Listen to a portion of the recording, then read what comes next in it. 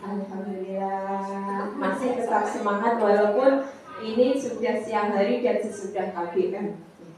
Di sini saya akan tapi sebelumnya kita panjatkan puja dan puji syukur kehadiran Allah Subhanahu wa taala dulu yang mana telah memberikan rahmat, hidayah, kesehatan kepada kita semua sehingga kita bisa hadir pada siang hari ini. Di sini saya akan menyampaikan yaitu tentang penyebaran, pemahaman dan penerapan pengalaman budaya positif modul 1.4 yaitu calon guru penggerak. Budaya positif di sekolah sangatlah penting untuk mengembangkan peserta didik yang memiliki karakter umat dan berakhlak sesuai profil pelajar Pancasila seperti yang dicetuskan sebagai pedoman untuk pendidikan Indonesia. Salah satu strategi yang perlu ditinjau ulang adalah penerapan disiplin yang selama ini dijalankan di sekolah. Kesadaran akan penerapan disiplin belum berdasarkan motivasi internal, di mana pembiasaan positif yang diterapkan bukan disiplin positif, namun karena menganut sistem penghargaan dan hukuman. Disiplin motivasi internal adalah, motivasi eksternal adalah, sudah tahu motivasi eksternal? Motivasi eksternal adalah motivasi yang terbentuk karena hukuman ataupun penghargaan. Hukuman seumpama kalau anak-anak nanti tidak buang sampah di tempatnya, nanti akan dihukum menulis sampai 10 kali. Itu termasuk motivasi eksternal. Jadi tidak keluar dari diri sendiri, tapi karena ada hukuman. Kalau mungkin nek rame dhewe biasanya gitu, nek rame dhewe kok tak kon metu. Bocah dia mau tetap rame? Tetap rame. Dikongkon metu? Tapi setidaknya kan bocah mesti takut ya. Engko nek aku rame mesti dikongkon metu dolanan. Ya. Itu termasuk motivasi eksternal yang keluar dari luar dirinya. Dan motivasi dua yaitu ada motivasi eksternal dan motivasi internal. Yang mana yang internal yang keluar dari dirinya sendiri adalah yang paling bagus. Next. Budaya positif tersebut dapat dijalankan dengan menerapkan konsep-konsep ini. Misalnya disiplin positif, memahami motivasi perilaku manusia berkaitan dengan hukuman dan penghargaan, pembuatan keyakinan kelas, segitiga restitusi sebagai penyelesaian masalah, dan 5 posisi kontrol sebagai guru. Yaitu budaya positif tadi yang mau diterapkan di sekolah kita. Ada beberapa tadi poinnya. Disiplin positif, cara penerapan disiplin yang mengajarkan anak untuk bertanggung jawab dan sadar diri melakukan kebaikan-kebaikan. Lebih ke disiplin yang mengontrol diri dalam melakukan semua tindakan. Disiplin positif juga dapat membuat murid paham dan sadar berdasarkan motivasi internal, bukan paksaan ataupun hukuman.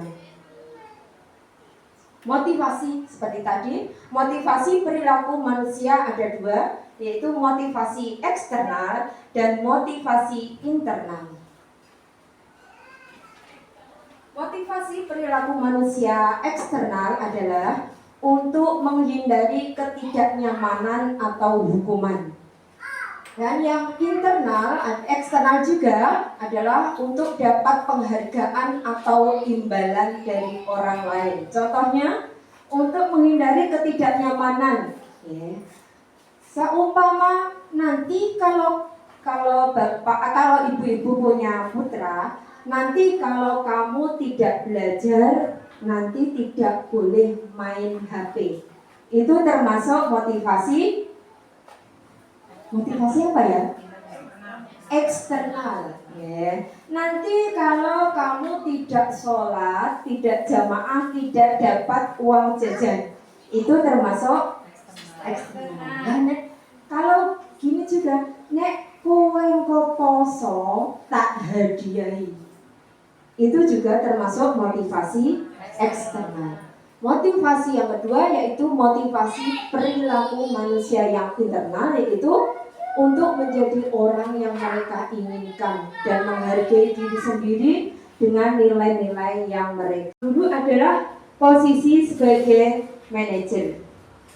Sebagai manajer, kenapa sebagai manajer? Karena guru berbuat sesuatu bersama murid, mempersilahkan murid bertanggung jawab terhadap perilakunya dan mendukung murid agar menemukan solusi permasalahannya sendiri.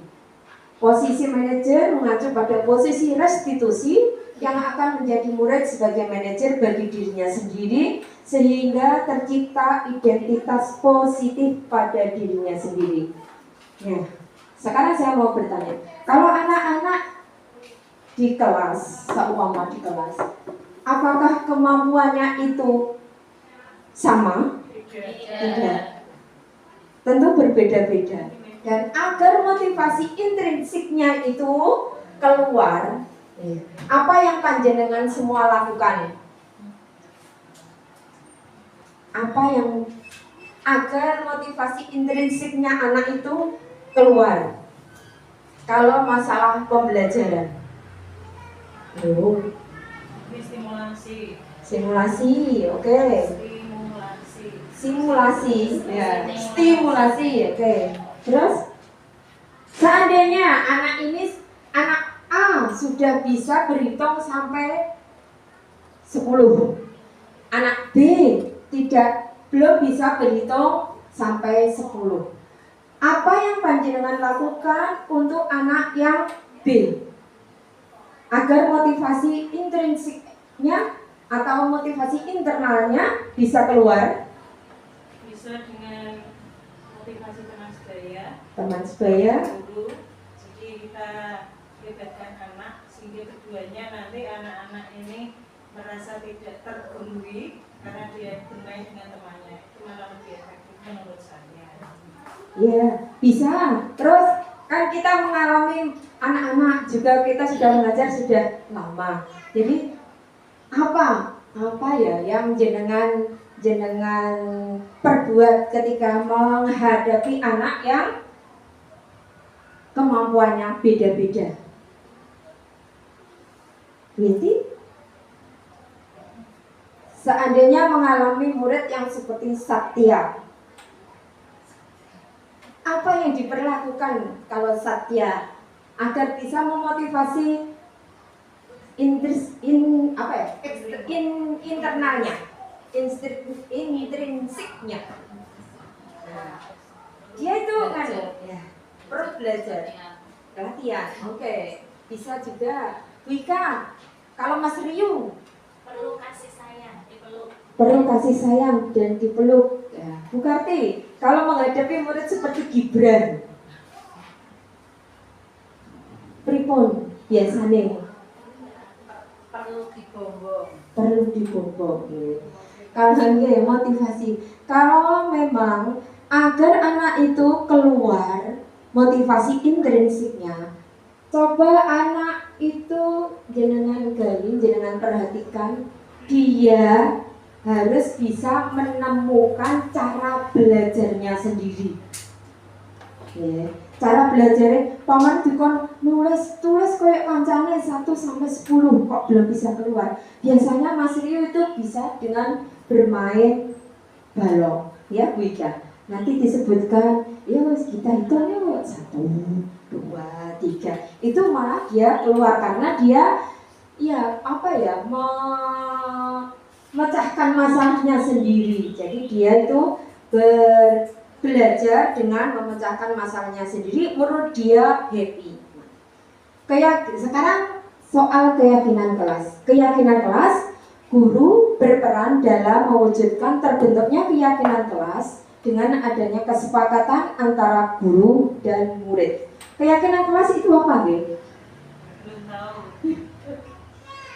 Keyakinan kelas itu adalah kesepakatan antara guru dan murid untuk membuat peraturan, untuk membuat keyakinan yang harus ditaati bersama-sama.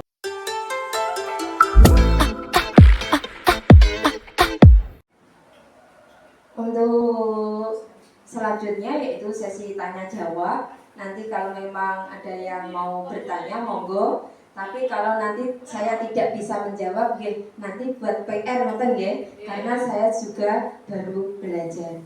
Monggo, siapa dulu yang mau bertanya?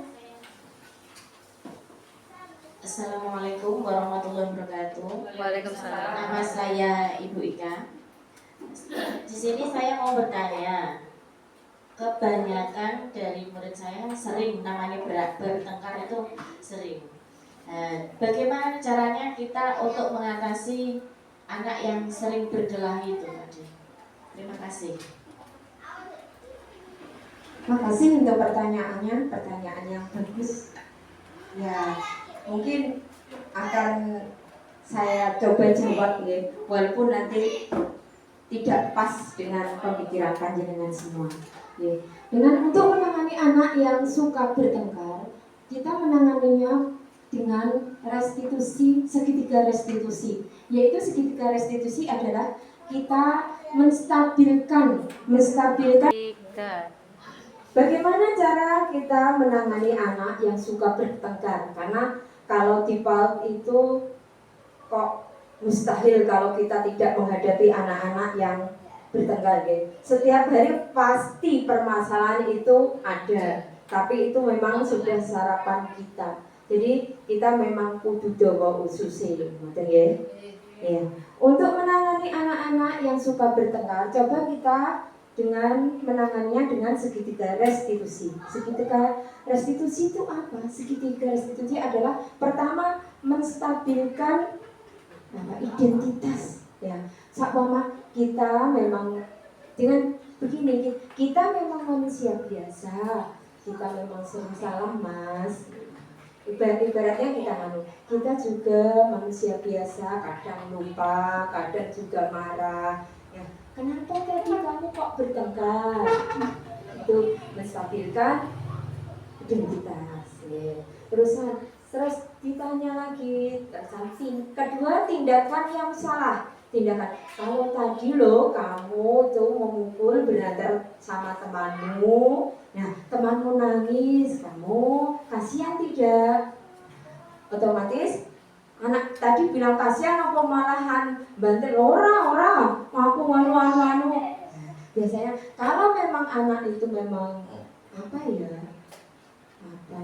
anak itu memang kasihan dan sayang sama temannya, pasti dia bilang kasihan.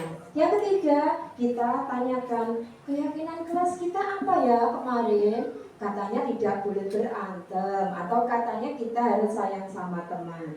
Jadi untuk menangani anak-anak yang bermasalah, kita biasanya menangannya dengan segitiga restitusi, yaitu dengan menstabilkan identitas.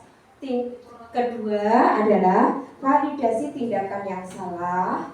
Dan yang ketiga, menanyakan keyakinan kelas. Saya ulangi ya, menstabilkan identitas, validasi tindakan yang salah, dan yang ketiga adalah menanyakan keyakinan kelas. Ya. Sudah? Siapa lagi yang mau bertanya? Dengan catatan kalau memang saya bisa menjawab, saya jawab. Kalau memang tidak bisa, saya gunakan untuk PR. Monggo Bu.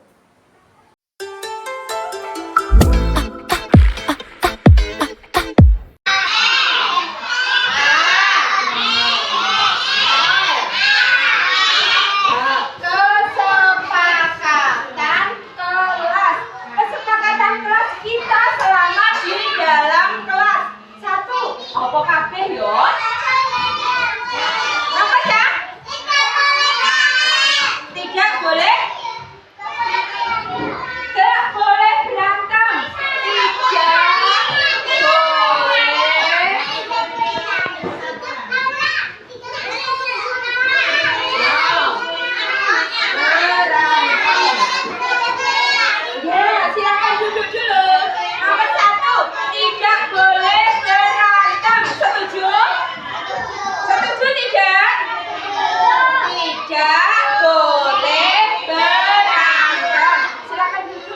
Mbak Laura, Mbak. Nah, yang kedua tidak boleh apa tadi? Tidak boleh lari. Oke, tidak boleh lari. Nah, tidak buang sampah sembarangan.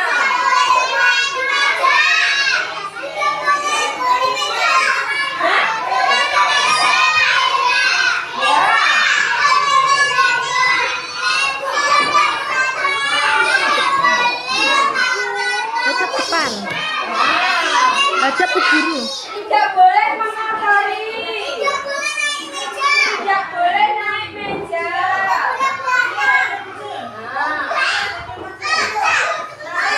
Naik meja. Tidak boleh nakal. Hadap depan. Hadap depan kalau ngadep ke guru.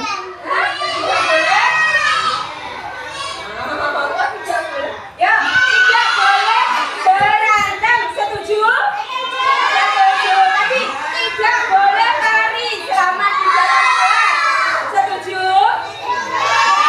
Tidak boleh buang sampah sembarangan. Setuju? Setuju. Tidak boleh naik meja. Ya, siapa yang biasa naik meja? Tidak boleh nakal. Setuju? Nah, apa lagi coba? Sudah tidak boleh berantem. Kalau anak-anak biasanya habis kegiatan main tidak? Tidak. Tidak boleh keluar kelas. Setuju? Ya, tidak.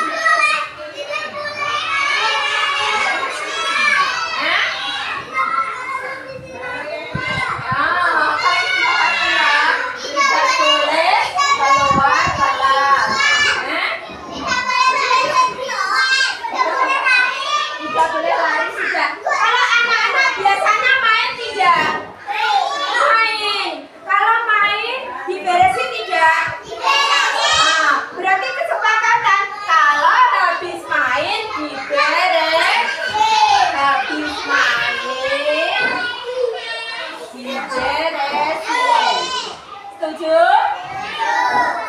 Diberesin.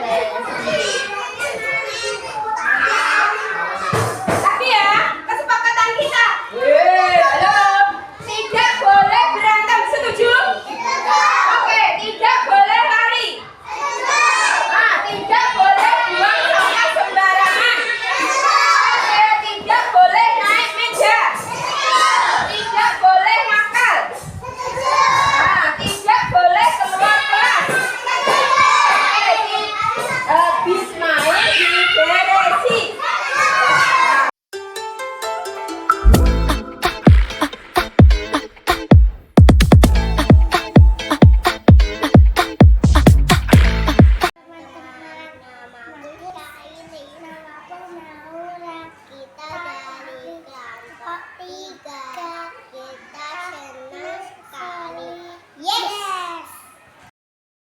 Saya senang sekali.